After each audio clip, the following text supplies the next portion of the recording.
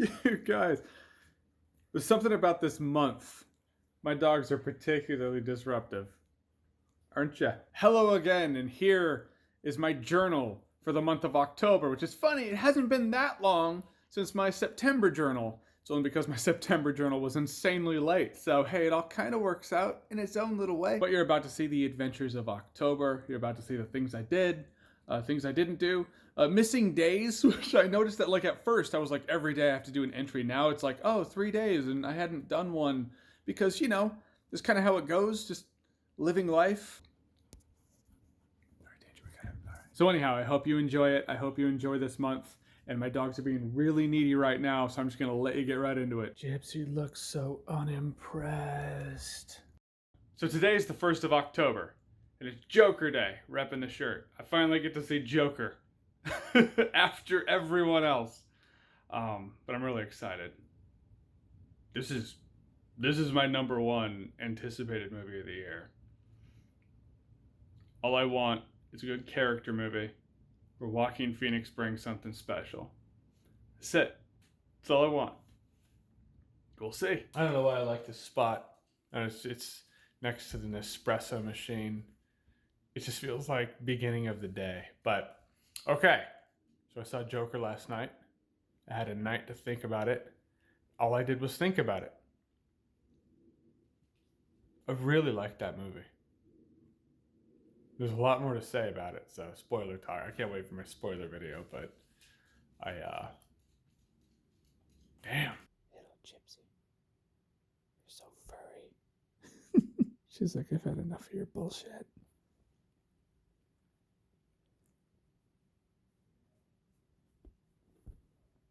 When you Shakespeare? I hold her head like this, and I go, to be or not to be, that is the question. Dun, dun, dun, dun, dun, dun. Totally the wrong song, but this came today. It's all right, Ben Reilly. I love you. Me and like 10 other people.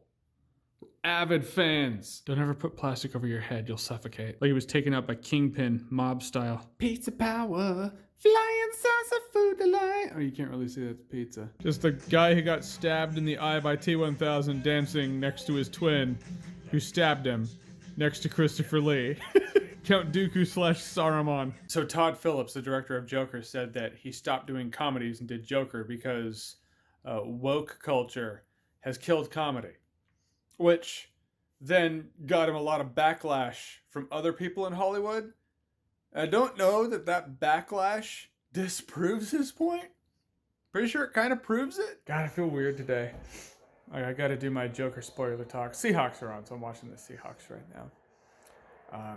But I woke up with a migraine. But it's like, for those of you who don't have migraines, when you get a migraine, when one starts coming on, you take Excedrin migraine, the pain will go away, but this weird lethargic feeling still sticks around. And so that's what I got, but I still got to do my Joker spoiler talk, so I hope I'm on my game. If I seem off my game in that video, well, that's why. I had that headache even when I started filming my video, and by the end, it's completely gone. Which means the conclusion has to be I'm addicted to making YouTube videos, or at least filming them. I don't know what it means. But there that is. I just woke up, and if I haul ass right now, I can make a showing of Joker. Got back from seeing Joker for the second time.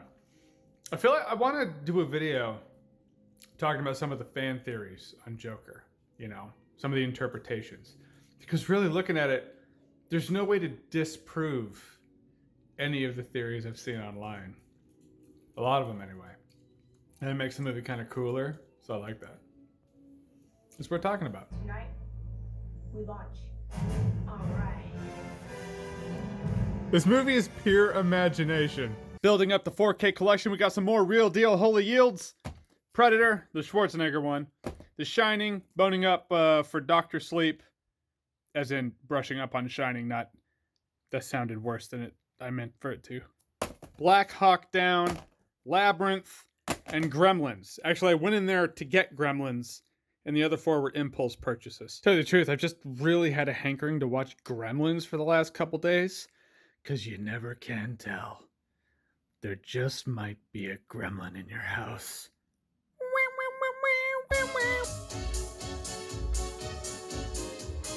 Recognize this dude? Tear your arm off. You want me to put the cuffs on? That's Mike Ehrmantraut from Breaking Bad. Also, this baby came in, so I'm gonna listen to that. So I guess Joker made a killing, in spite of all the fear-mongering bullshit articles and tweets, or maybe because of, I don't know. But that whole thing, man, that is just what I just said. It's fear-mongering. It really is. There are a lot of conversations we could have with Joker. All of them not happening because of the conversation we were having, which is, oh, is this going to inspire a mass shooting? Is this movie that's not, by any stretch of the imagination, the most violent movie Hollywood's produced lately? Is this going to be the one to cause violence? And like I said in one of my videos, I just find it repetitive. It's just the same conversation we've been having since the 90s, which is, does art inspire violence? And really what it is bloggers and my dogs are they're just wrestling, so if you hear more tauntaun sounds, that's what it is. But really what it is bloggers, tweeters, and legit news outlets chasing likes and retweets in what I call the outrage economy, because it's very monetizable. They're chasing the monetary value of likes and retweets with outrage articles and outrage posts because mass shooting might happen because of movie. Well, that just sounds sexy, and that'll get the traffic. That shit irritates me, but it shows where we are, you know? It's all of it for the outrage economy. All right, so I got the Ninja Turtles 1-Up arcade cabinet. I just bought it today. I'm gonna have to build it. This is anything I build stresses me out. Even my dogs as they bark downstairs. I don't know if you heard that. I built that one though, so it's fine, but still. We'll see how it goes. This happened with Mortal Kombat as well. That little speck right there is under the screen. So I have to take it apart again and get that speck out, because that little thing of dust or whatever is going to irritate me. So El Camino drops at midnight. So it's 9 o'clock. It's 9 p.m., which is midnight New York time or Eastern time. So I don't know if they're doing it at midnight per time zone, or it's supposed to be midnight Eastern, which would be 9 Pacific, or if it's midnight Pacific. I have no idea. Point is, I'm ready. I'm probably going to watch it on the TV down here, because I watched Breaking Bad on TV and I want it to feel like Breaking Bad. I don't want it to feel like a movie that feels separate from Breaking Bad. I realized I finished building the Turtles in Time cabinet. I didn't even show you. My friend and I used to play this all the time in the arcades. When he comes over, I'm gonna drop this bomb on him. Then we're gonna get nostalgic. This is it right here. Conflicting audio sounds of different arcade properties. That is not the song. That's a cover band version. So I looked into it, and I guess it's a very known thing that the 1-Up Ninja Turtles, the original Ninja Turtles arcade game, doesn't have the official version of the theme song. I guess they didn't want to pay for the rights, which music rights are like the #1 cause of things not coming out. You know? Because people never want to pay for the music rights. So it is what it is. It's just the intro. But it does compromise a little bit of that experience. I don't know. Maybe you can hack it. put the MAME version on there. No, I'm just gonna blow right past it. But it'd be cool to have it just playing while I'm doing other things. You know, that arcade feel. And I mean, I really got it for Turtles in Time anyway, so it is what it is. So I guess on Fine Brothers Entertainment, which is that channel that has reactions, like people react to things. They had people reacting to mine and Stuckman's reviews of Joker. They had people reacting to a lot of Joker stuff, but we were the 2 reviews on there. And I was watching it, and I was like, that's the one problem with Joker, is that at this point, I have more thoughts about it. It was like, that was my first review. And so I saw the movie a couple hours prior, and that's me talking about it when it's fresh on my mind. But now it's been a couple weeks, and now I have more thoughts. And I'm like, oh damn, I suppose I could do another video on Joker. I don't want to. I don't want to milk it. I don't want to be one of those channels that's like, oh, here we're still talking about it because it's monetizable. But I do have thoughts about it. And then you have to hold on to those thoughts, I guess, until they announce Joker 2. If they ever do. If they did a Joker 2, I would want it to concentrate on his intellect. Because it never actually showed that he's a genius and the Joker's supposed to be a genius. But it never showed that he can't be. He just never had the opportunity to be. So if they ever make a Joker 2, I think that they should concentrate on the fact that, oh no, now that he's found himself as a Joker, he gets to explore what he can do, and they should show that he's actually very smart. So when I'm gaming, Gypsy sits on the couch next to me. And yes, those are little dog furs right there. You still shed, Gypsy. It's cold outside now. You're not supposed to. I woke up with thoughts because I watched the Scream movies this past week. I watch them every October or so. The first Scream it's a classic. But Scream has a couple of moments where I was like, that's still relevant today. In Scream 2, in Randy's film studies class or film discussion class, they're talking because someone died at the movie theater that was showing Scream. And so they're having the whole discussion about, do we blame the movies? Are the movies to blame for people's actions, etc.? And I was like, wow, we're having the same conversation right now about Joker. Not that anything happened in a movie theater showing Joker because of Joker, but still the conversation is it's still happening. So I found that fascinating. It's been 20 years. We're still having the same conversation. We'll be having it for another 20 years. But in Scream 3, there's a line that says pop culture is the politics of the 21st century. I think someone quoted Gail Weathers. Wes Craven, man, he knew. So I hung out with my friends today and saw Joker for the third time. And the third time's still a charm. It's still a great movie. And every time I walk out of Joker, I have more to talk about. Funny thing is, in my review, I said that you're rooting for Arthur to not turn, which is true. But I'm watching it, and it doesn't mean you don't just lean into the fact that he leans into it. It doesn't mean you don't look forward to the Joker being the Joker. And when my friends and I were talking outside the theater, I said, you can root for the caterpillar and the butterfly. And then I was like, oh fuck, I should have said that in a video. Like I was kind of pissed I didn't think of that phrase, because that is Joker. Like the simplest way I can put it, that encapsulates the entire movie experience for that movie. You're rooting for the caterpillar and the butterfly. So there's a VHS of Night Trap, but I don't want to open it because, you know, it's collector. I don't want it to, you know, like you put a VHS in a VCR, the VCR eats the tape, and, you know, you're kind of fucked. But, of course, someone has it on YouTube, so that's the way to watch it. If I had a nickel every time a girl gave me that look, shame on you! That's the greatest scream ever. My mom is watching Joker. Like right now, she's in the movie theater watching Joker.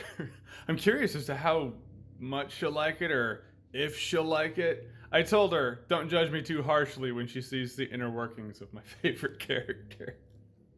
We'll see. So my mom saw Joker. She came over and visited afterwards. She liked Joker. I mean, granted, it's gonna haunt her.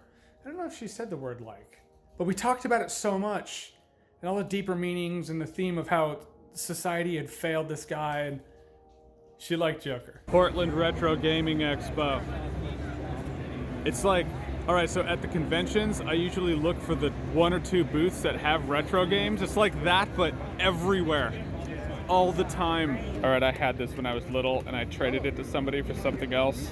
But I'm totally spending $20 to get the nostalgia back. This is actually, it goes into the Game Gear, becomes a TV, and that's how I watched The Simpsons when I was younger. Because my parents were like, you're not allowed to, it's too mature. But I watched it with the TV tuner on Game Gear. All right, I'm looking for Night Trap. on Sega CD, and I keep hearing about how it's at another booth, and I go where I think that booth is, and they're saying no, it's at another booth, and it's like they're sending me on a wild goose chase on purpose, because they're like, that guy looks like a douche. I'm not giving him Night Trap, but I'm gonna find it for Sega CD, so I can have 5 versions of the game. At the con, you never know what you're gonna find, and I found it after much hunting for 15 bucks. Both discs of Night Trap Sega CD, the 5th version of the game I own, so I'm happy. Holy shit. up? All right, so he said I looked like an action figure, and I just turned this on. I was like, oh god, I kind of do. Like, the douchiest, shittiest action figure ever. It's not a photo, it's a video. Are they posing in the background? Amazing. You get to be, they're like, oh, they're all, but you know what? Pose, it's all good. Do the pose. now we're doing it. Do a real good pose. All right, so they have, your YouTube channel is? Lightyear. Look up Lightyear. Yeah, it should be a purple background with me and my buddy's face split down the middle. So You don't do anything weird like give meth to puppies or anything no, like no, that, no, no, right? no. Okay, cool. Meth to people. I don't know. Like, I Just can't kidding. vet Yeah, no. everybody. What we do, we go to conventions all around the Northwest and the greater area. We mess with people in good taste, like this guy right here. Great guy. Heavily edited. We try our best. We try to get a few laughs in there. Thanks for being, like, I just ran Absolutely. into him and they were like, hey, we're fans, and then I found out they had a YouTube channel. So I just had to give you some love. Oh, you did? He has a very important phone call. We gotta go. So I'm back from the Portland Retro Game Convention. I came back earlier on Sunday to make it to my brother's birthday. Because, you know, more important than retro games. It's just it. So the limited run games collector's edition of Night Trap for the Switch came with a Sega CD case. And so that's where I'll put my Sega CD discs. But there's 2 discs, but it only seems to fit one. The other one's going to be loose. So I don't know if this will hold it in place. Actually seems to be doing a fair job. Just smile. So I guess Martin Scorsese said that he doesn't like MCU movies, or they're invading cinema, or they're not real cinema, or something like that. And I guess Francis Ford Coppola said something too. Point is, a lot of people have, thoughts on the matter, and a lot of people have talked about it online. Because I feel like that's the world we live in, right? Like, whenever there's a line drawn in the sand, whenever there's a gauntlet thrown, there has to be a response. It's like that movie Phone Booth, where he says, a ringing phone just has to be answered. It's like, statements like that are the ringing phone. And I feel like, I don't know if people are going to agree with what I say, but if you just look at the guy, look at his life, his legacy, his films, both of them. You look at Francis Ford Coppola and Martin Scorsese. And both of these guys, I mean, they're legacy masters. They're masters of the craft. And I'm sure there was a time Martin Scorsese, they were like, hey, here's a blank check because you're you.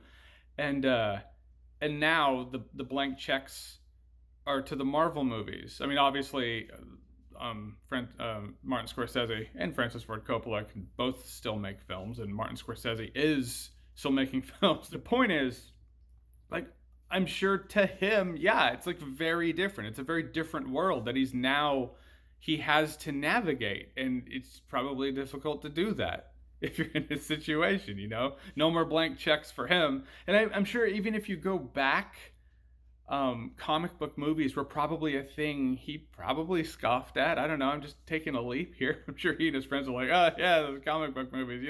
That's why you make real cinema. And now the tables have flipped. The tables have turned. And now it's like, oh, no, those are the movies that if you sign on to that's how you make millions upon millions of dollars. And so, I mean, I'm sure the joke of they're not real cinema goes back farther than, decades farther for him than this statement does. I don't know. It's like Jared Leto and the Joker, like the talk now is Jared Leto didn't want Joker to be made. But if you look at it from his perspective, he was given the opportunity to be the most famous comic book villain of all time, the most popular comic book villain of all time. And not only is the word that they cut a lot of his screen time from Suicide Squad, and then when that happens, he's like, okay, saving grace, I get my Joker standalone movie. Nope, they give it to someone else. Like, yeah, I imagine he feels betrayed. Like, I imagine he feels pissed, and he probably feels like that Joker movie should have been his to some degree. So, I mean, imagine his Joker movie and the Joaquin Phoenix Joker movie. Chips, danger. Danger. Danger. I'm doing important work. Gypsy, danger. Stop. God, I was on a roll too. Now, Jared Leto's not even in the conversation of great Jokers out there. You know, I'm sure those two Joker movies were two very different Joker movies. But, you know, I kind of see how he feels about it. And Martin Scorsese, I'm sure it's very difficult being this legacy director who is like, you know, at the forefront of the conversation of many years that he was working. And now it's, oh no, it's the Marvel franchise. And I'm sure that's a very difficult adjustment for him. Feeling your own mortality is one of the more humbling, if not scary, things you'll do in your life. Everyone will do it at a point. This is probably just him grappling with that, you know? You don't have to agree with everything he's saying in order to, like, empathize and at least be like, oh, man, I kind of feel for you. Just how I see it. Man, I believe, and I've heard a lot of people have the same sentiment as me. It's like the Vita's garnered this cult following, but the PS Vita was a great little system. I mean, I've made jokes in the past about it, but in reality, its life is a tragedy, and it deserved more support than it got. Tom and I are playing Magic the Gathering, going through the old deck. The light bulbs are not part of it, neither are the batteries. But that is impressive. Look how organized all that is. I mean, the structure, the craftsmanship. Here's hoping. I just got back from Terminator Dark Fate. Why do all these franchises claim they're like, all right, we're making it for a new generation. We don't need the previous shit, so we're going to shit on it, if not burn it. But then be like, but no, we'll still have nostalgic moments in here where it totally looks like we still need it. It's like shooting someone in the head and being like, because I don't need you. But I'm going to harvest your organs because I might need them. Otherwise, I'm going to die. It's like you either need them or you don't, you know? Yeah, I'm having a beer. I got to call my brother. I got to vent to somebody about this. Final Fantasy X has aged very well. I don't know why I started recording this after Kamari died. All right, I got to bring him back to life. But anyhow, it's a good game. So in my Terminator Dark Fate spoiler video, I got this idea to take Kyle Reese's monologue to Sarah Connor and mess with it a bit. It's either going to be awesome or it's going to fucking suck. But I think it might be cool. Till I do it, I guess we won't know. So better get on that. All right, so I have stopped editing the Terminator Dark Fate spoiler video, which is actually coming up very well. There's a couple of parts in there. I don't know. I like flexing a little bit of creativity. It was fun. But I'm going to my uncle's Halloween party, and I'm going as William Shatner. Unoriginal? Yeah, maybe. But I got the mask for free, and I'm really cheap. All right, so that was... that side of the couch is reclined, so it's all like and weird and sad. So that was the month of October. Thank you very much for watching it. Sometimes it's just me messing around. Sometimes it's me gaming. Sometimes it's me monologuing. And I realized at a point, I was like, wait, I didn't actually film anything about the Halloween party I went to. It was my uncle's Halloween party. I said, hey, I'm going to the Halloween party. Next thing, here I am at the end of this video talking about, hey, thanks for watching the video. It's just a case of I was there experiencing the party. And a lot of times when I'm experiencing something, I'm not filming something. I'm not filming it because I'm experiencing it. And sometimes, you know, I remember to film it, like the Oregon Retro Gaming Expo, but a lot of times it's not the case. So I just appreciate that you watch it anyway. But thank you all for watching again. And if you like what you've seen here and you want to see more, click right here to see more. Right, Danger? He's like, get away from me. Get away from me.